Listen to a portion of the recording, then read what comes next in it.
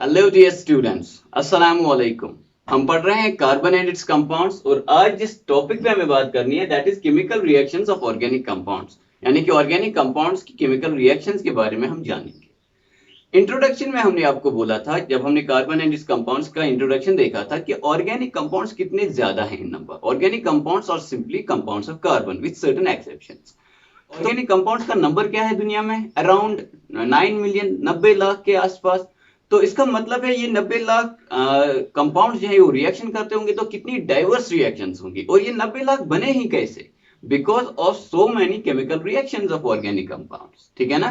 तो नंबर, इनका नंबर ही आपको बताता है और डाइवर्सिटी ऑफ देयर फंक्शंस। ठीक है ना? वो डीएनए का काम करते हैं, वो आपकी मैटिंग का काम करते हैं, वो आपकी स्किन का बनाने का काम करते हैं, वो आपका जो है क्लोथिंग का काम करते हैं, वो फ्यूल्स हैं और बहुत सारे एप्लीकेशन जो हमने इंट्रोडक्शन में पढ़े थे।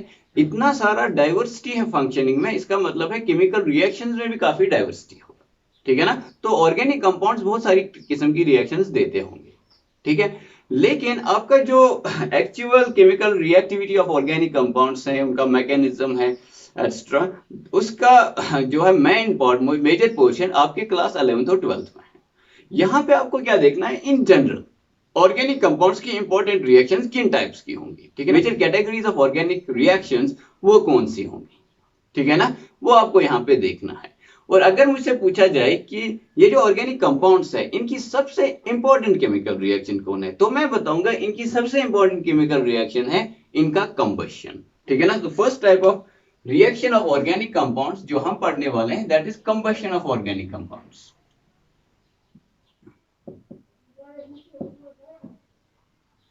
अगर आप पूछेंगे क्यों आपको ऐसा लगता है कि ऑर्गेनिक कंपाउंड्स का जो कंबशन है दैट इज इंपॉर्टेंट, क्योंकि हम जो फ्यूल्स का यूज करते हैं, ठीक है ना, फॉर एग्जांपल आपको घर में एलपीजी गैस का आप यूज करते हैं as a fuel.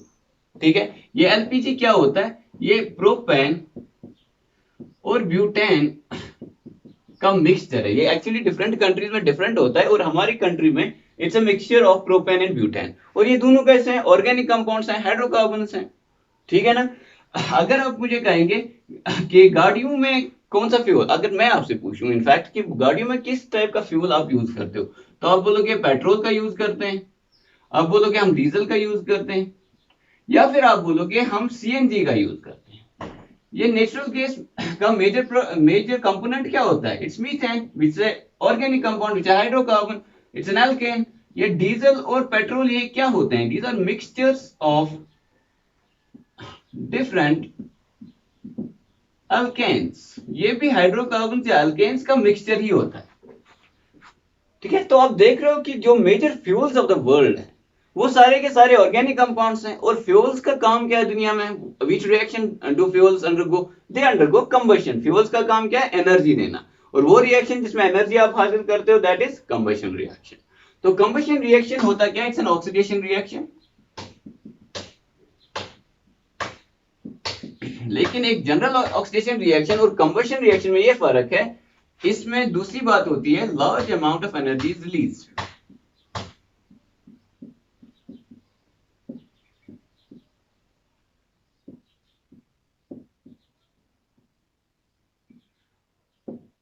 Of late जो और डिफरेंट किस्म के फ्यूल्स दुनिया में आ रहे हैं उनमें से फॉर एग्जांपल कुछ अल्कोहल्स हैं, जैसे कि मिथेनॉल है, इथेनॉल है। These are also fuels, good fuels. ये सब भी क्या है? ये सब भी ऑर्गेनिक कंपाउंड्स हैं। ठीक है ना? तो ये ऑर्गेनिक कंपाउंड्स जो हैं ये इनका कंबशन रिएक्शन दुनिया में बहुत ज्यादा इंपॉर्टेंट है। ठीक है ना? अब हम देखेंगे कि कंबशन रिएक्शन ऑर्गेनिक कंपाउंड्स की जब होती है तो प्रोडक्ट्स क्या बनते हैं। सबसे पहले ऑर्गेनिक कंपाउंड्स में कार्बन होता है, तो पहले हम देखेंगे कार्बन जब कंबशन करता है, सिंपली आपको पता होगा ये कि कार्बन जब ऑक्सीजन के साथ रिएक्शन करता है it gives carbon dioxide and energy, a lot of energy is released.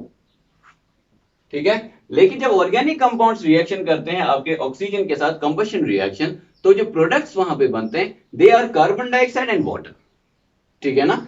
तो फॉर एग्जांपल ये आपका मीथेन है, it reacts with oxygen, it will form carbon dioxide and water. ठीक है, and a lot of energy will be released. ये भी एक combustion reaction है। ठीक है ना? इसको अगर बैलेंस करेंगे हम तो it will be like this. methane reacts with oxygen in a combustion reaction, gives carbon dioxide and water, and a lot of energy is released. ठीक है ना. इवन जो आपका ग्लूकोज है, ठीक है ना, आपने ग्लूकोज का ऑक्सीडेशन देखा है, रेस्पिरेशन का रिएक्शन देखा है, glucose plus oxygen gives carbon dioxide and water, ठीक है ना, and a lot of energy. तो आपका ग्लूकोज क्या है? It's also an organic compound, C6H12O6 plus oxygen. ये तो आपने बचपन से ही रिएक्शन देखा है, C6H12O, this gives carbon dioxide, 6 times carbon dioxide and 6 times water. ठीक है ना. तो ये आपका रिएक्शन है. And what does it give? It gives energy. आपकी रेस्पिरेशन प्रोसेस में क्या रिलीज होता है? उसमें आप उससे आप एनर्जी हासिल करते हो, ठीक है ना. तो आप देख सकते हो कि जो मेजर फ्यूल्स हैं, चाहे वो आपकी बॉडी में हो, आपके व्हीकल्स में हो, आपके एलपीजी के सिलेंडर में हो, वो सारे ऑर्गेनिक कंपाउंड्स हैं और उनका कंबशन रिएक्शन बहुत इंपॉर्टेंट है, ठीक है ना. हमने बात की थी अल्कोहल्स की. अल्कोहल भी रिएक्शन करेंगे, C2H5OH plus oxygen. This will also give carbon dioxide plus water plus energy. ठीक है. तो जैसे कि आप देख रहे हो, आपका जो कंबशन रिएक्शन है आपके हाइड्रोकार्बन्स का या फिर आपके अल्कोहल्स का या इन जनरल ऑर्गेनिक कंपाउंड्स का, that is an important reaction. ठीक है. यहां पे भी अगर इसको बैलेंस हम करेंगे,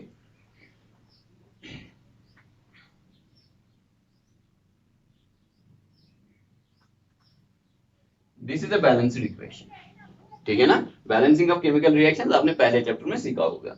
तो ये कुछ रिएक्शंस हैं व्हिच आर कंबशन रिएक्शंस. आप देख सकते हो combustion reactions and oxidation reaction in which large amount of energy is released.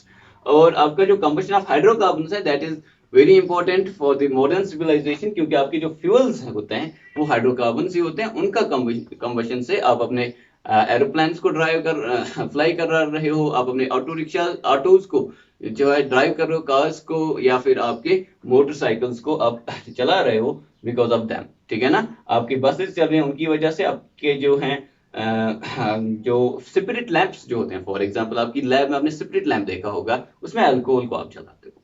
ठीक है ना. तो these are all very important reaction, very important combustion reactions of your organic compounds. अब इसमें आपको कुछ टिपिकल चीजें याद रखनी है जो एग्जाम में कभी भी पूछी जा सकती है. उनमें से पहली बात कि जो आपके सैचुरेटेड हाइड्रोकार्बन्स होते हैं, सैचुरेटेड हाइड्रोकार्बन्स का दूसरा मतलब क्या हुआ? यानी कि अल्केन्स. ये जब कंबशन करते हैं तो ब्लू फ्लेम आता है और ये क्लीन कंबशन है. एक ऐसा कंबशन है जिसमें स्मोक ज्यादा नहीं प्रोड्यूस होता, नेग्लिजिबल, या तो होता ही नहीं है या बहुत नेग्लिजिबल. ठीक है ना. तो it's a very clean combustion.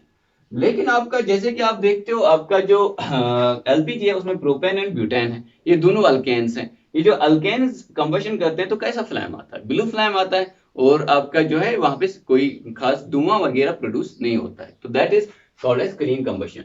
तो इसके अलावा जब अनसैचुरेटेड जो होते हैं, अनसैचुरेटेड हाइड्रोकार्बन्स, जब उनका कंबशन होता है तो वहां पे येलोविश फ्लेम होती है.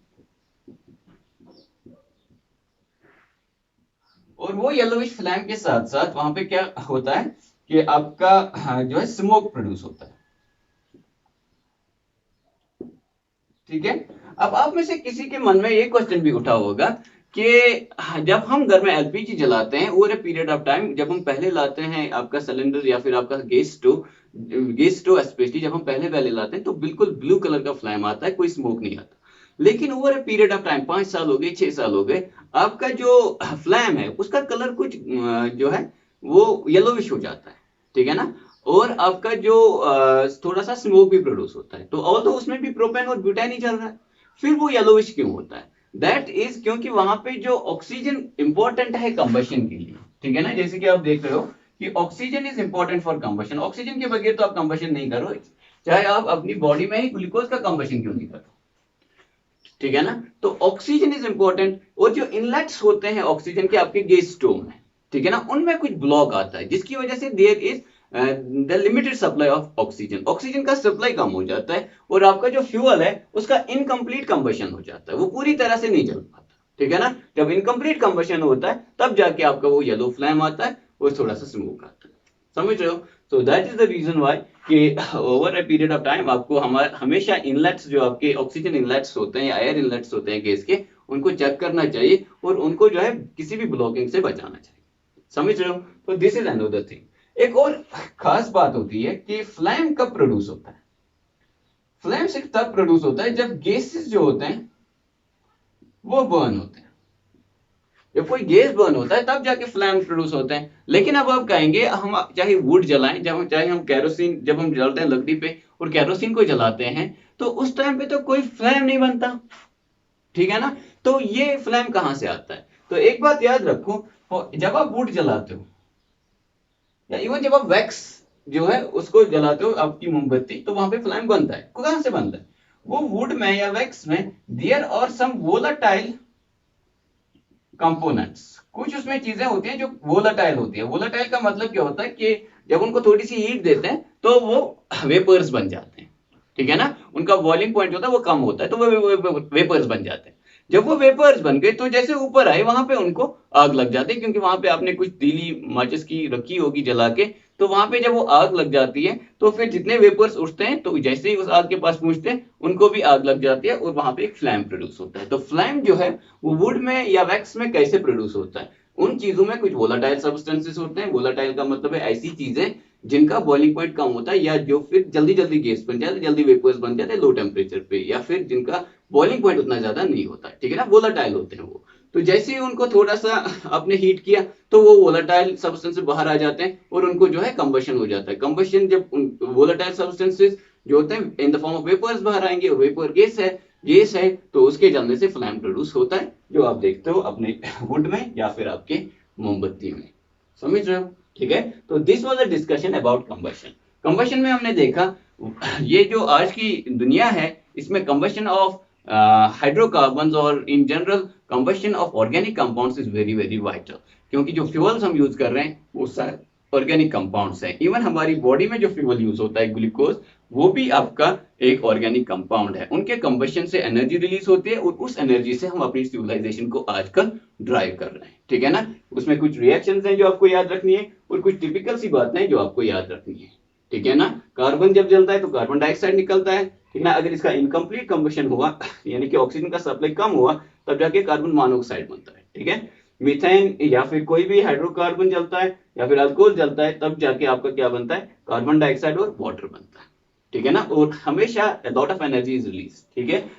सैचुरेटेड हाइड्रोकार्बन यानी अल्केन के जलने से ब्लू फ्लेम आता है और स्मोक नहीं बनता, लेकिन अनसैचुरेटेड अल्कीन्स और अल्काइंस के जलने से जो है येलोविश फ्लेम आता है और स्मोक बनता है। और आपका जो फ्लेम है, ठीक है ना, वो सिर्फ तब प्रोड्यूस होता है जब आपके गैसेस बर्न करते हैं। तो वुड में फ्लेम कैसे आता है कि जब इसको जलाते हैं, ठीक है ना, इसको थोड़ा सा गर्म करते हैं, वहां पे क्या होता है कि आपका वोलाटाइल सब्सटेंसेस निकलता है। उन वोलाटाइल सब्सटेंस जो in the form of vapours बाहर निकलते हैं, इनका वेपर्स जो है वो बाहर निकलते हैं और दे कैच फायर और वही फिर फ्लेम की सूरत में आपको दिखता है। समझ रहे हो?